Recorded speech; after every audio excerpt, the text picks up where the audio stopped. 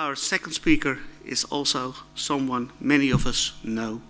He has been instrumental in selling new species, introducing new species, especially in the Netherlands, for the hobbyist market. He has started small but expanded very much, blessing of the internet. So he traveled all over the world to look at carnivorous plants. He has a very nice collection. He is a former board member of our society. I'm very glad that he's here to talk about the table mountains of Venezuela. Please welcome Gert Hoogenstrijd.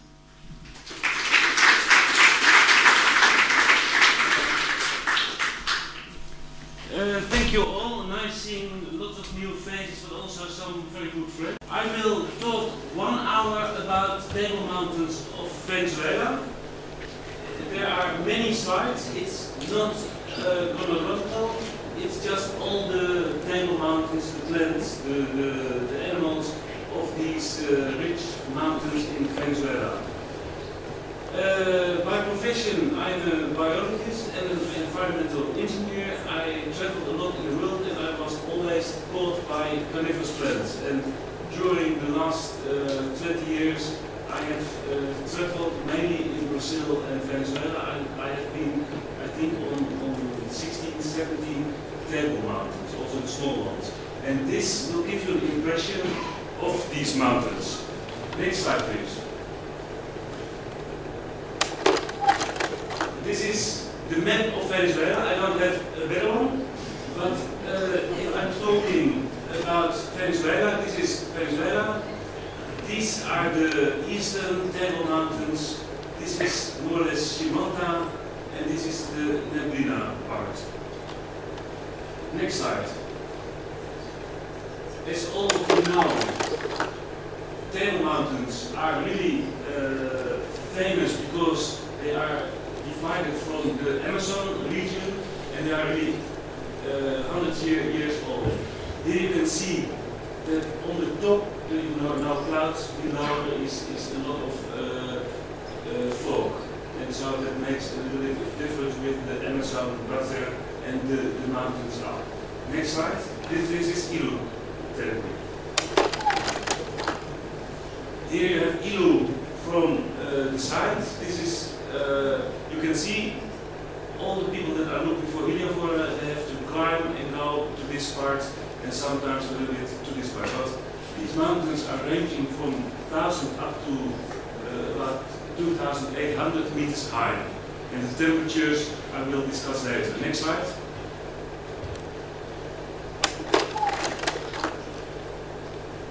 This is just a morning glory of the Ion Taqui. It's more in central of Venezuela, and it's one of the biggest. Next slide.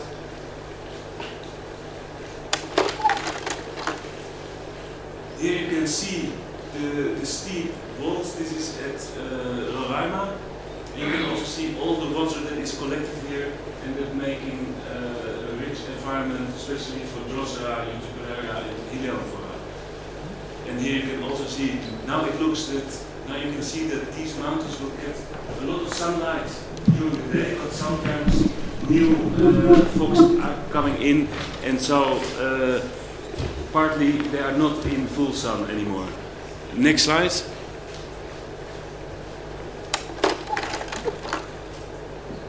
Here you see below of these table mountains is a vegetation of Bonacea forest trees, and again you see the clouds are coming in. Next slide.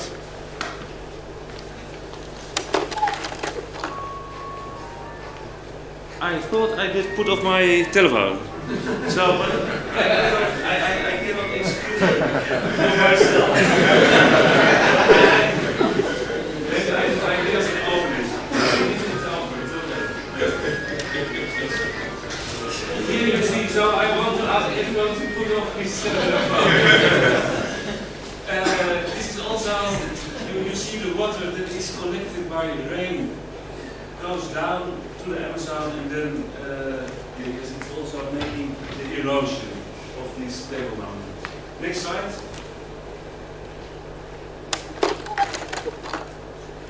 now there will be a beep beep when the person is giving me a call. This is, everyone is thinking about Nebina like a table mountain, but here you can see Nebina is a wide range of valley in between the part of Venezuela and Brazil. Next slide. I told you. This is also, but it's not really the table mountains. This is the Mount Aratitiope, and it's even there have been people that have been climbing it, but I didn't climb it with the friends I went to. Next slide.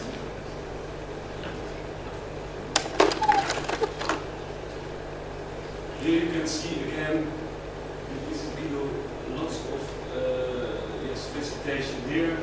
This is the poor vegetation, and here especially the carnivorous plants like Carnivorous and Next slide.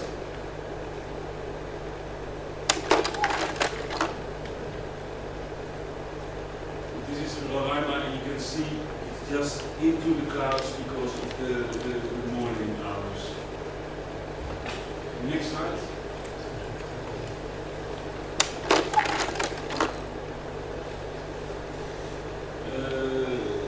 Can you make it more focused? Focused, yes.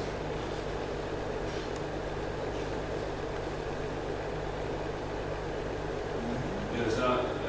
Well, when you see the wide range and really the altitude of this picture. Next slide.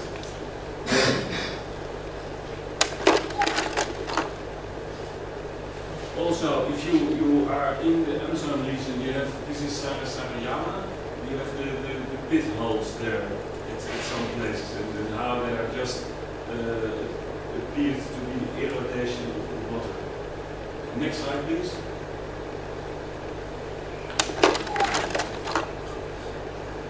Here first you saw some pictures of all kinds of table mountains, and here you see a group of young people thinking how are we going to climb, or how are we going to go by boat or by plane to these mountains. And I'm just telling you a little bit, this is the Nebina one for now.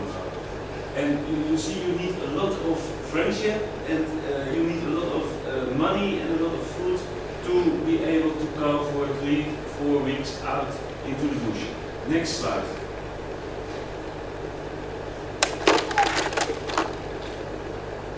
Often it's flying above the Amazon by plane. Here you see a little Indian village, and it's funny, these Indians don't have much contact with the Western society. Next slide.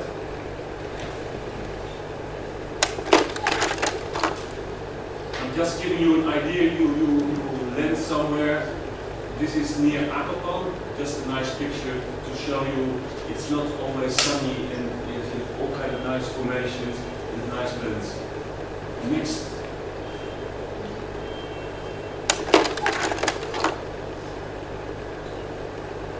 This is the massif of, you can go by boat, and this is the Huachimacara mountain in Venezuela.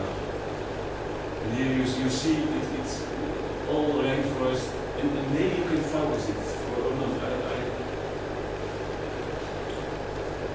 I'm getting old and I need glasses. Yes, it's, if there are any questions, you can ask me now, or we can do it after. Next slide.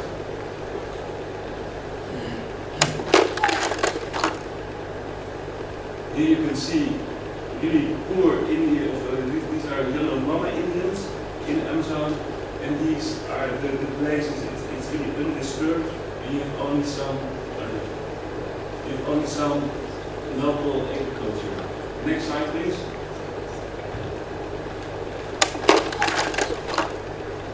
So you have to deal on this expedition with Indians to have quarters, to look after your luggage, to be sure that if something happens, you can go back to the hospital. Next slide. But before you can go to a mountain, sometimes you have to wait several days. And yes, it's funny to see, also they are waiting for us, and they're just curious. These are Next slide, please.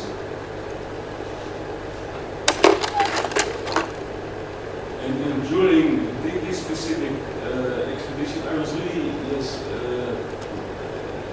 was wonderful to see how people are living in a way like they did for several thousand years ago. Next slide, please.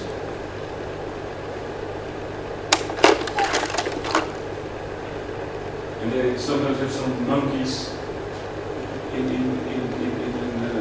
enclosure. Next slide.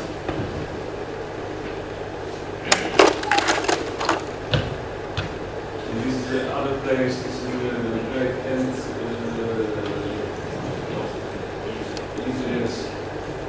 And they keep it as a pet, and maybe later they eat it as food. Next slide.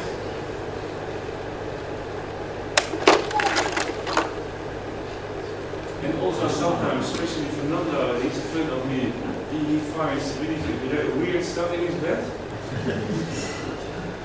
And I think Indians, they like to eat it as well. Next slide, please.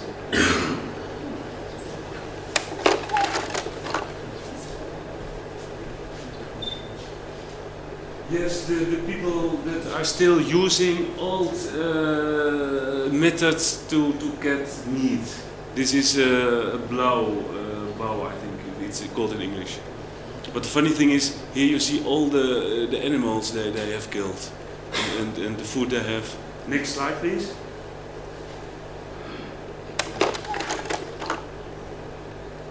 And during the night, I don't know if there are people that like aquarium fish.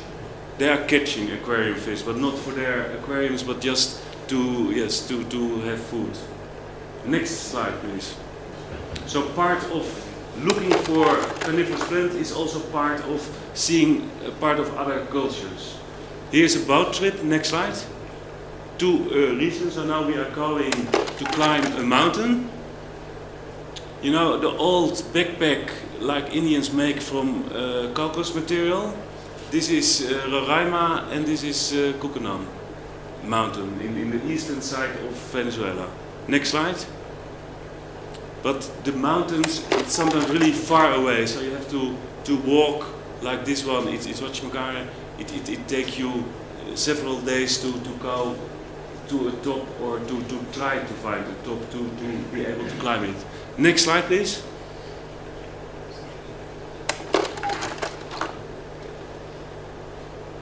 And there is not one road. You have to hike, and it's really nice. I hope I can do it till I'm 75, but I don't think I will be able. But it's so beautiful, you know, the rocks, the mountain, and the walking. It's kind of meditation. Next slide.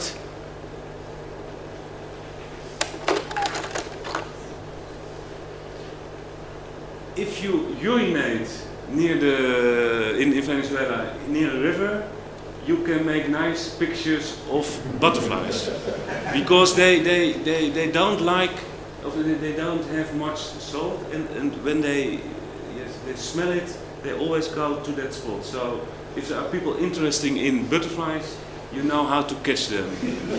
Next slide.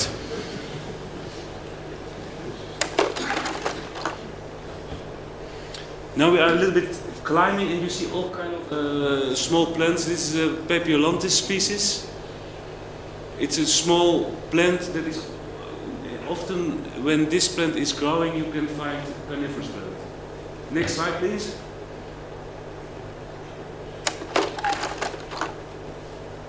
But you can also find, and this is all on sea level more or less in Amazon, you can find all kind of aerials type of plants.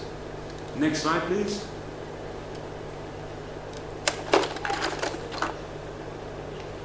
Here you see the people that are carrying part of our luggage and their own luggage and the food and the gasoline, and so it's a lot of organizing to get things up and to be able to be on the top of a mountain.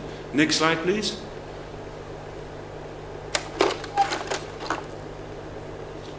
Here you can see this was at Akapan, also just the rivers to cross, and yes, the thing was I think just 10 minutes later, he broke his fingers because he fell.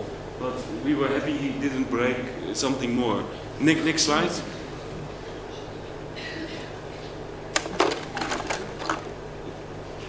Here you see typically the forest a little bit higher. You have lower trees and a lot of epiphytical plants. And if there is no path, you have to cut or you have to find a way through. So that can take several days. Next slide.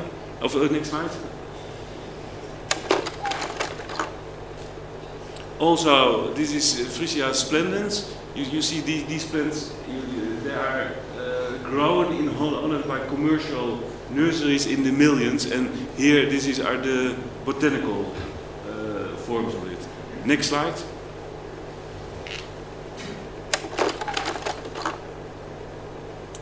It's a pity. It's not. It's the other way around. This is a Navia species. But the next slide. This is a picture of an axolotl, but it was in the northern part of Venezuela, not really with the Table Mountains, but he was, yes, released by people that had caught it. And it's normally you don't see big panthers or big other animals that can kill you. This is just a small, nice animal. Next slide.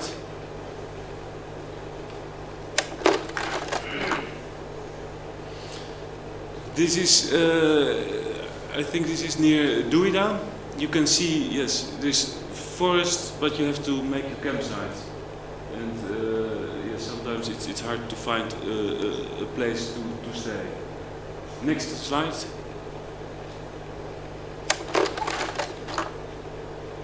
Here you can see, yes, or now it's me, but mostly the Indians or the people that help are doing the cutting to make a trail to yes, to a mountain or on the mountain. Next slide.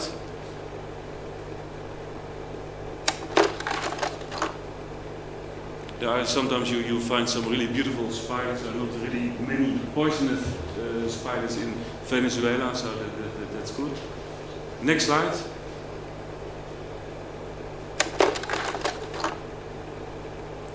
And this is, I think it is just an arm, and it's just the little insects. You know, you are walking, and it's called puri puri, and yes, after 1 week you have lost a little bit of blood because they all stick all day, and it makes you crazy. Next slide, please. Bonjour, Gérard. You can also see some amazing palms with nice nuts that are really protected by the plant. Next slide, please.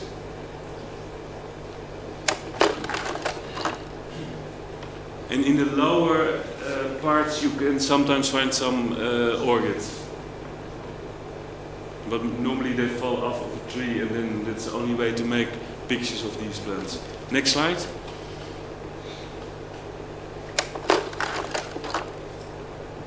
And this is a little bit higher, a Masdevallia species from the northern region, and it's really, sometimes it looks so much on a Utricularia. Every time you think, oh, Utricularia, and then, again, Masdevallia. Next slide, please.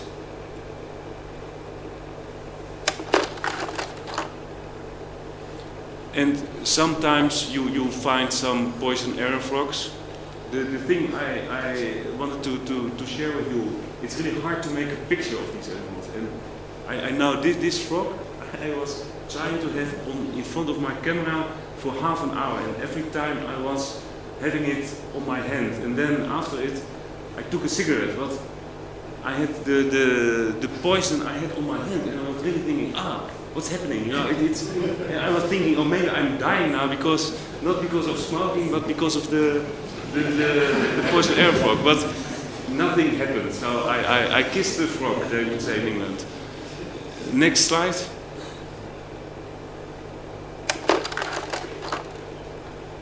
Here's the first really carnivorous plant. It's Utricularia alpina. You mostly find, yes, I think 500, 600 meters below the top of a mountain. Next slide.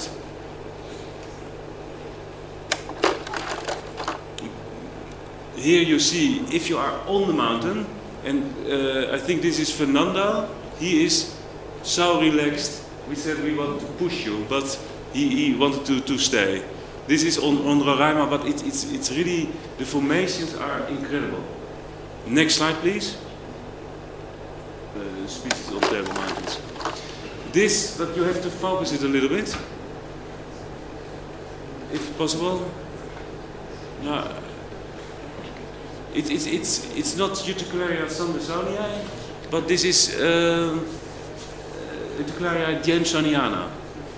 It's a small epiphytical one. You see here the leaves, and it's really growing on rocks sometimes and on trees. Next slide.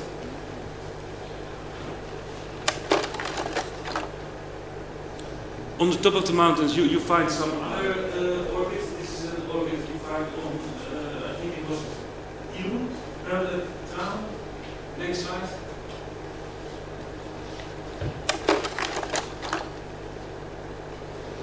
And this species, it is an orchid that was a picture that we took at Medina many years ago. Next slide.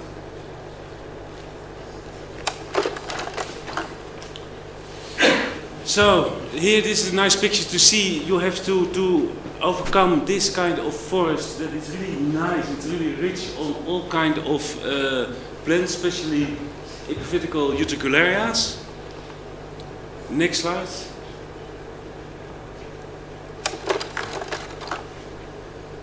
And you can see if you are finally on the mountain, you see that especially on the ridges of the mountains, there are often a lot of Helianthora.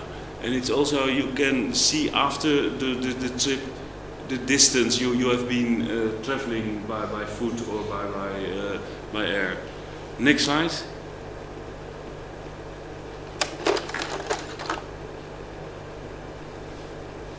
Here you can also see, yes, the edges and a lot of Staphylops plants. And this is Helianthora elongata. Next slide.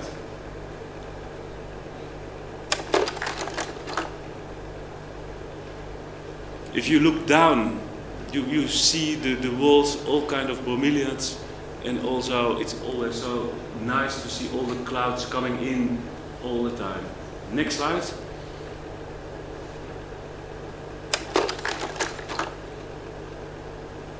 And if you stand on the edge, you see every time the clouds are coming in, go up and then go a little bit down. And it's also giving all the high air humidity for the plants that do survive on these remote areas. Next slide.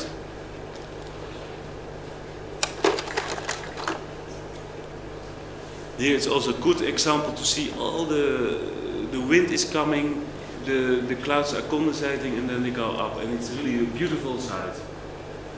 Next, please.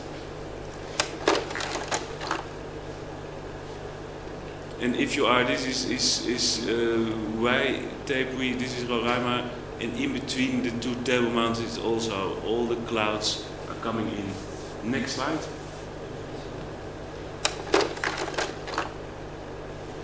This one, if you go down, it's actually too dangerous because you never. Maybe it's not sharp the slide, but you see it's really difficult to know the distance, to know, but sometimes it's really good to see what is on the wall and to make nice pictures. Next slide.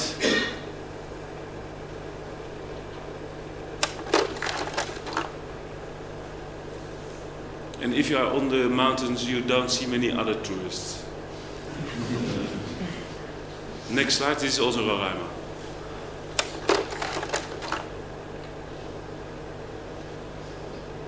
And here's just an impression on yes, the wall. Next slide.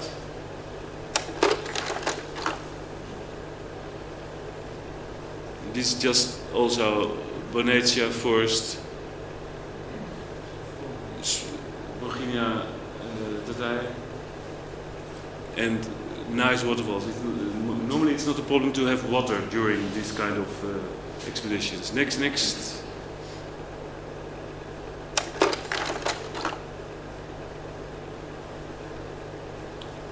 On the Table Mountains, if you are coming from the edges, you go a little bit to the central, often you find a little bit of a different vegetation, and the next slides show you the difference in vegetation. Here it's rocky with some small Bonacea and Stegelopsis. Next slide.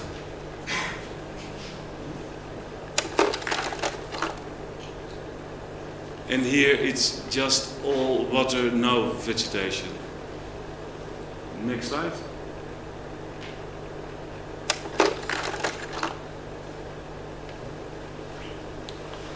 And again, a tourist looking around.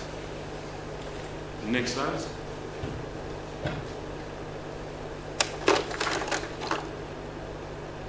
Here you see the erosion. It's going to one way, all the water is going to one part, and it's also the way you know where the north and the south is located, because all the lines go this way. But here you see rocky area, only some vegetation, and if you look for Helianthera, it's often near the Bonacea forest. Next slide.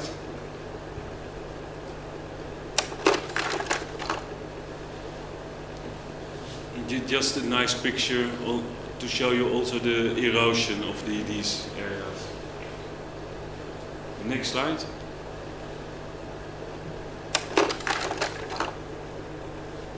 Also to show you, it's fascinating. This is all Roraima. This part and this, it's all Roraima. Next, please.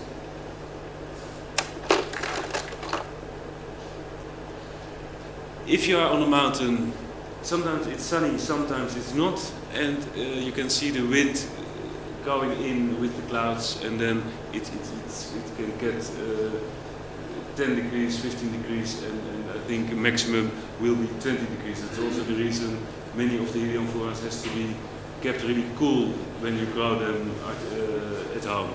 Next slide.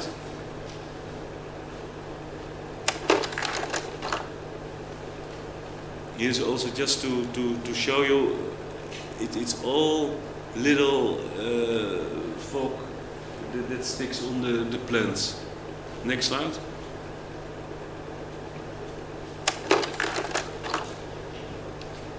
This is another kind of vegetation. It's also really forest of Bonacea, but other type, and you can see the wind is coming in again. Next slide. And in between the vegetation you will find some Drosera and other plants. But sometimes you have areas with kind of lake or rivers, and then you have also vegetation with palms and some bigger Bonacea trees. And here again the Eriocaulon growing in the water. And lots of small utricularias. Next.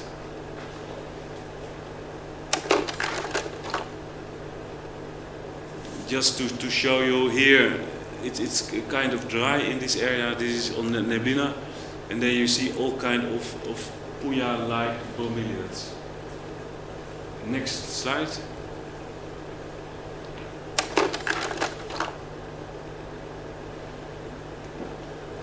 This is not electricity, but I don't know what happened with the slide. Next slide, please. Are there any questions till now? This just to show if there is some more soil, then the vegetation is getting a little bit more rich, and then you have lots of palms and lots of more flowering plants growing there. Next slide.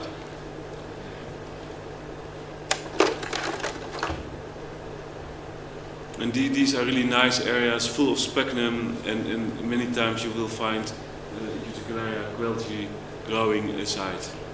Next slide.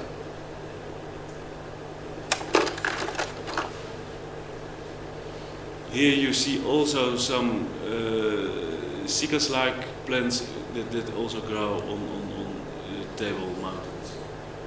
Next slide.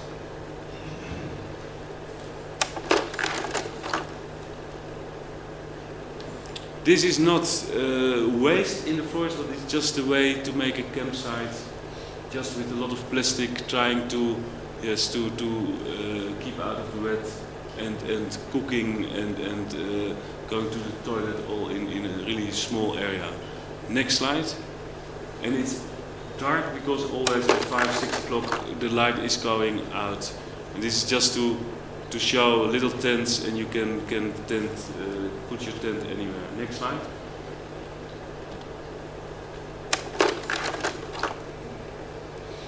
Sometimes you find nice animals. It's just these animals live sometimes under the rocks on these mountains. Next slide. And there is not much animal life on the Table Mountain. Some scorpions, sometimes you can find them. Next slide. It's good, yes. And sometimes you have some caterpillar. And these are really, they can be dangerous with the hairs. Next slide.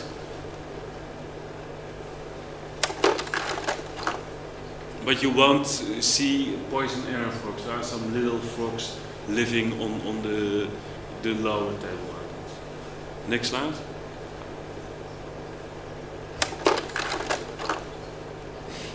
Fernando, you know, and the thing is, sometimes accidents happens, and then yes, you cannot call an ambulance. Next slide.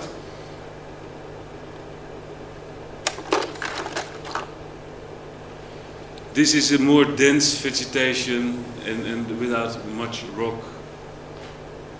And yes, later you will see some helium-fauna. Next slide.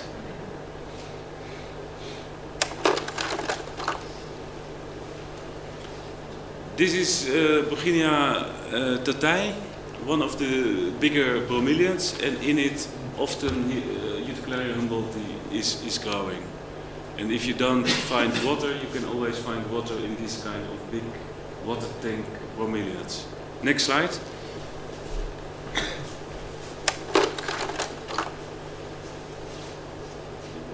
Here is the flower of Uticularia humboldti. Next slide. Next.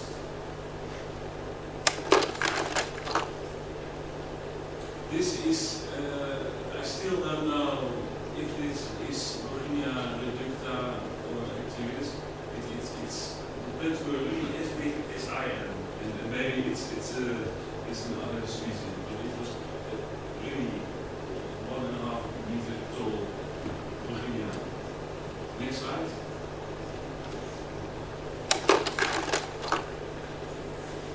Here you can see Brocchinia activis. Next slide.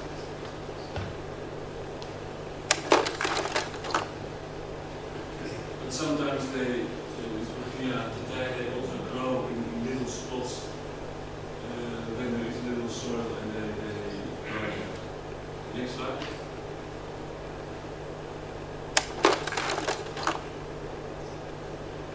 These are kind of micro habitats. You have the water.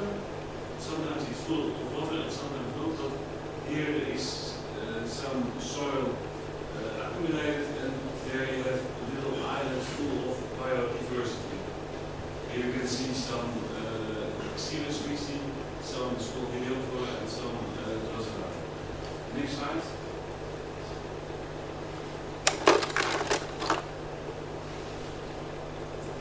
This is also such a microcosmos. Here you can see the flowers of Uticularia welsi. People can still understand me behind the... Yep. Yeah, okay. Next slide, please.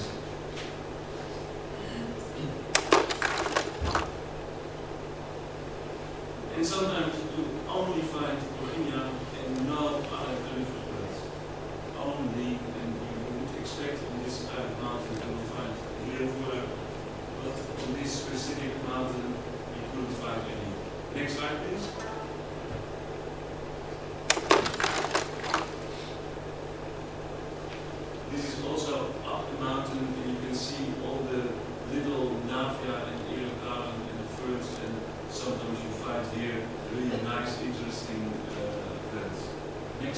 please.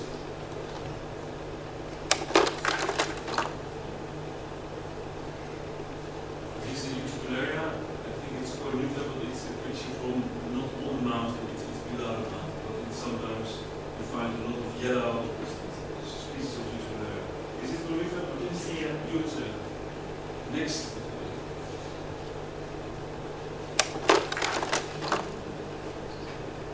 This is Pusila.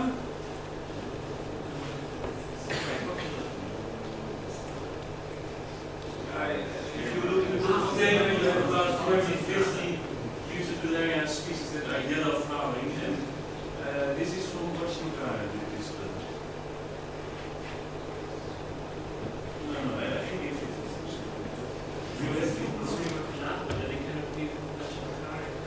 no, but I'm sure this is from Washington. Next slide. After this slideshow, let's get to the answer. Here you see Uticularia queltii. The funny thing of this species is that it normally just gets the soil wet by mist, so not by water from the ground.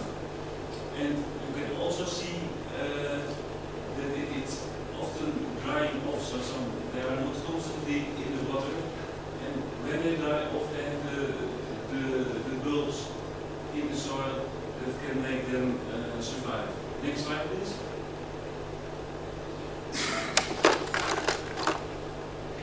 This is the flower. There are many color types of queltii. Next slide, please.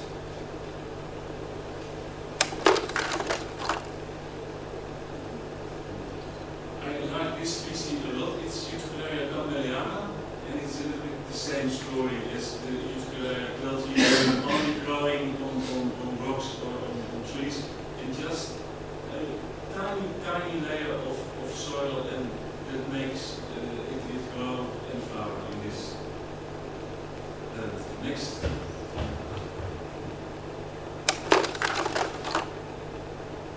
And it's just to show you, maybe you can make it more to focus it.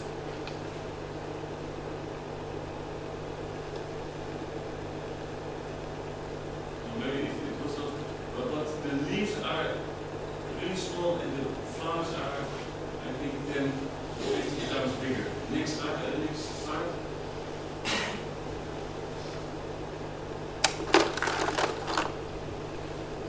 This is the flower. And in nature, I think it will be pollinated by hummingbirds, because I only saw, you don't see many insects with it, but especially sometimes you see hummingbirds around it. Next slide. Fernando knows a lot about it. It's Drosera myristocaudus, only found on Nebelinae. Next slide, please.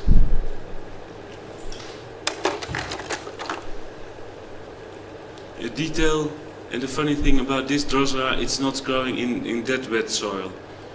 It's really a stem-forming Drosera that is more a little bit related to all the Droseras in Australia. Next slide, please.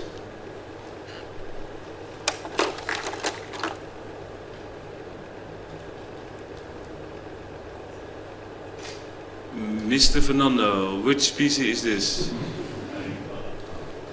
Carnivorous.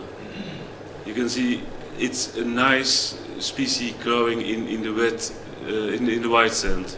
Next slide, please.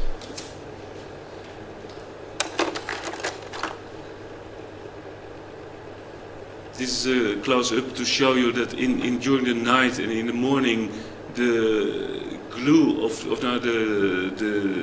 the mist is coming in, and the droplets will stick on the plants, and so it's also a way of plants to get some water. Next, please.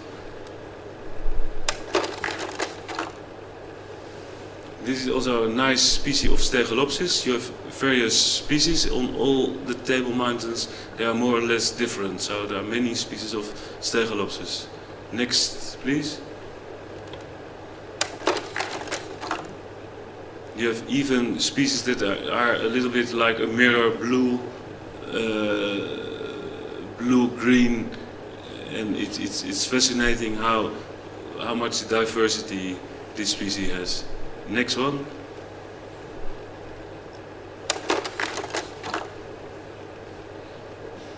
Here you see the fields of Helianthora.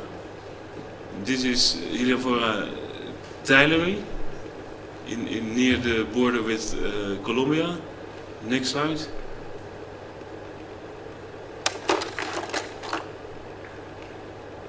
And here you see, I think it's elongata from the western tapeworms. And in front you see the Papilontis species again.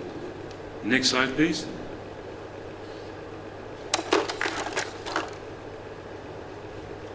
And you can see the diversity that even sometimes plants can grow in the water. It's something we cannot do at home, but due to the low temperatures, a lot of irradiation by the sun, these plants can survive in that kind of habitat. And sometimes this water is drained off after a period, so it's not the whole year round in the water. Next slide, please.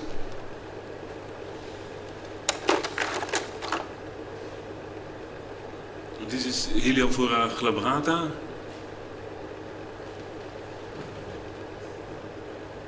Next slide, please.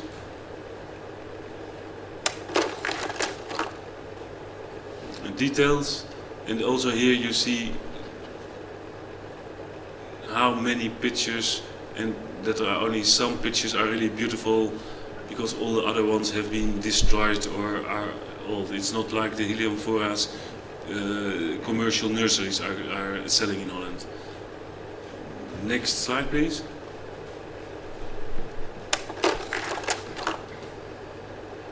This is a Helianthora hispida from Nebulinae. In nature the pictures are about 5 up to 8 centimeters high, but it's hard to get them that high in cultivation. Next slide, please.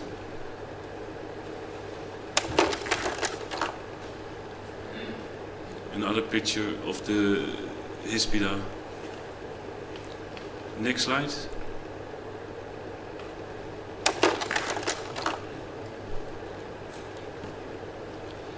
Here you see Helianthora nebulinae from the Brazil side.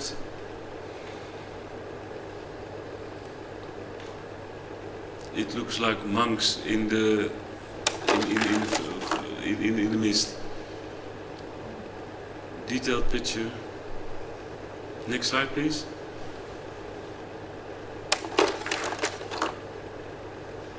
Sometimes the lid is a little bit curved.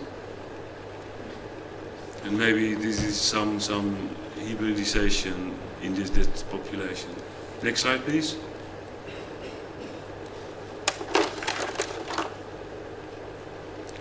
This is Helianthora pulchella. I think one of the most prettiest because of the grey hair. Next one.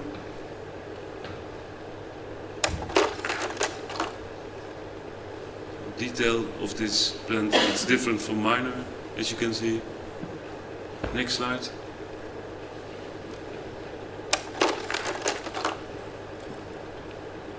These are pictures of, we think it is Helianthora tyleri. These pictures in the wild are almost 80-90 centimeters high, and the cup, the diameter of the cup, it's about 20 up to 30 centimeters. It's really one of the biggest species in this genus. Next slide, please.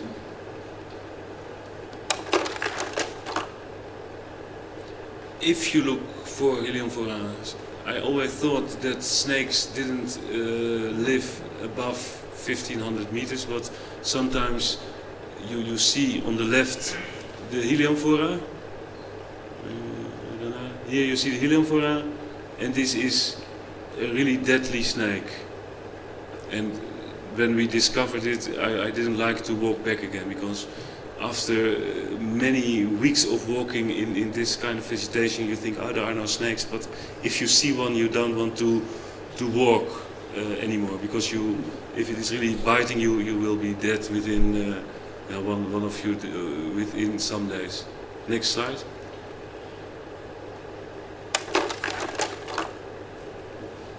This is also Tillery.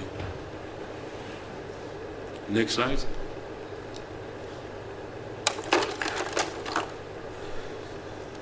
This is elongata.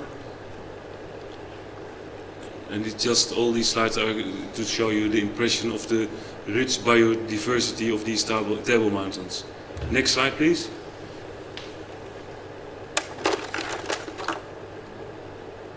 Another nice picture of elongata. And you can also see in cultivation, it's really, you remove the dead leaves, and here the dead leaves will stay for a long time and they will dry up and they will be part of the soil of the, for the plant later. Next slide.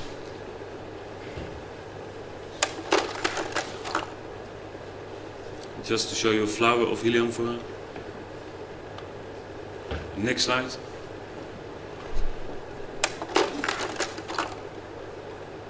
This is Helianthera ionasi. It's one of the biggest and most robust ones. It's now widespread in cultivation. Next slide.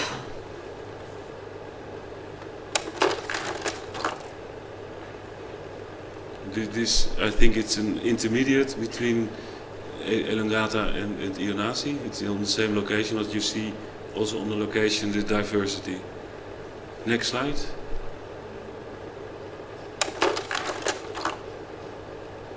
This is not to show, it's better to, I'm from Holland, to have beer of Heineken, but this is the beer from Venezuela with the really adult picture of ionasi. It's about 40 up to 60 centimeters tall. Yeah, it's a small can, yes. Next slide, please. Now in Germany they have bigger cans.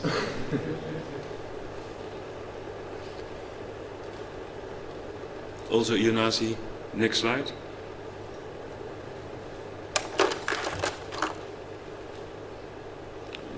This is also just to show you, yes, it's not one table mountain. Here you see the little river here, and here there are rocks that are quite dry, but near here there are all kinds of micro habitats for nice plants, but especially Helianthera in this specific mountain was only growing in the meadows, but on the ridges there were other species of Helianthera, but I'll show you later. Next, please.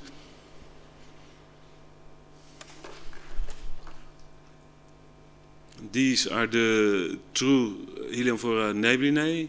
This is Nebulinae variety parva. You can see it's hairy from outside and really has a big lid. Next slide.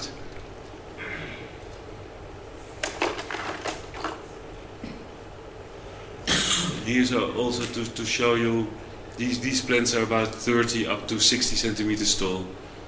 Next slide.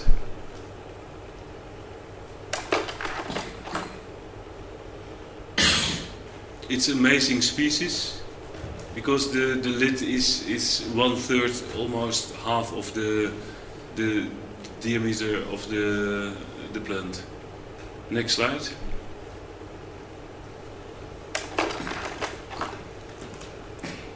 This is Tatei, variety Tatei from the Duida Rotchimacare.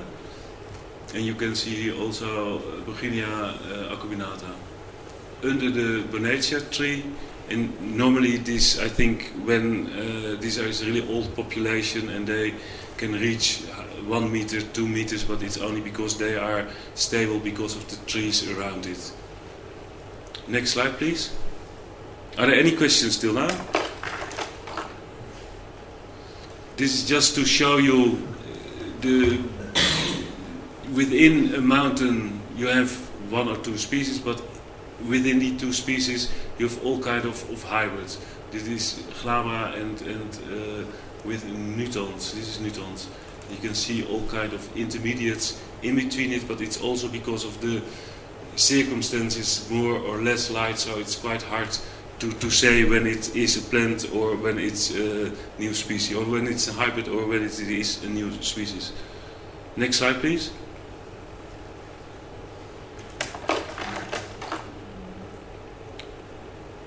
This is Helianthora macdonaldi. It's only occurring on a really small area in on Honduras. Next slide.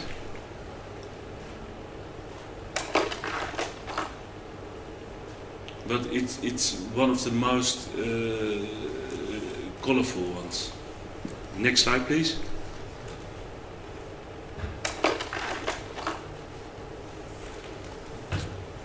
This is just to show you some other beauty. The spectrum with the Navia species, some Brughinia acuminata, and maybe there are some other plants hidden here. We don't know. Next slide, please.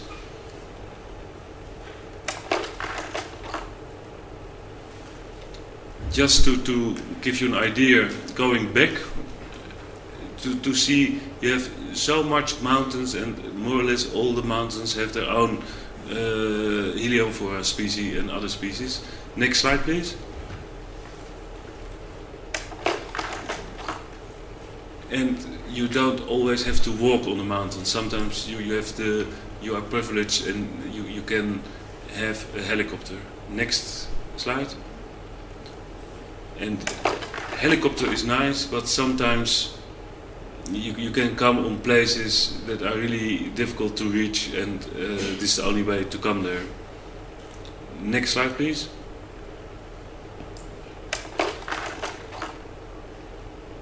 And it's even possible to land on really small areas. Next slide.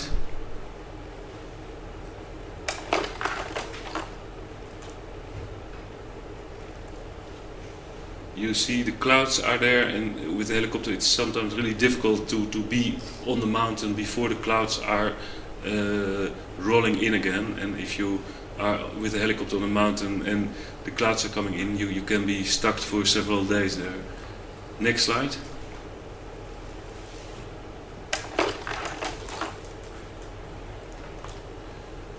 It's one of the final slides. It's always so funny to see, even in the evening time, you have a breakthrough, like there is a called, like this sign, you have to discover this mountain, but you cannot go to every mountain you want. Next slide, please.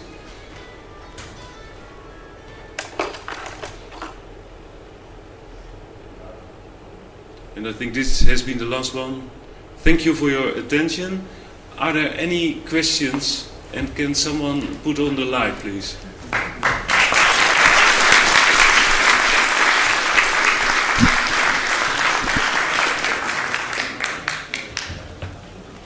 Questions? How much are the temperatures on Roraima? How much are the temperatures on Roraima? I think in daytime between 10 25, it depends on the altitude, and in nighttime I think it can reach 5 up to 10 degrees, up to 15 degrees maybe. More questions? Now, once again, thank you very much for all the attention, and I hope all of you have a nice ICPS show in this nice surrounding of the Botanical Garden of Leiden. Thank you.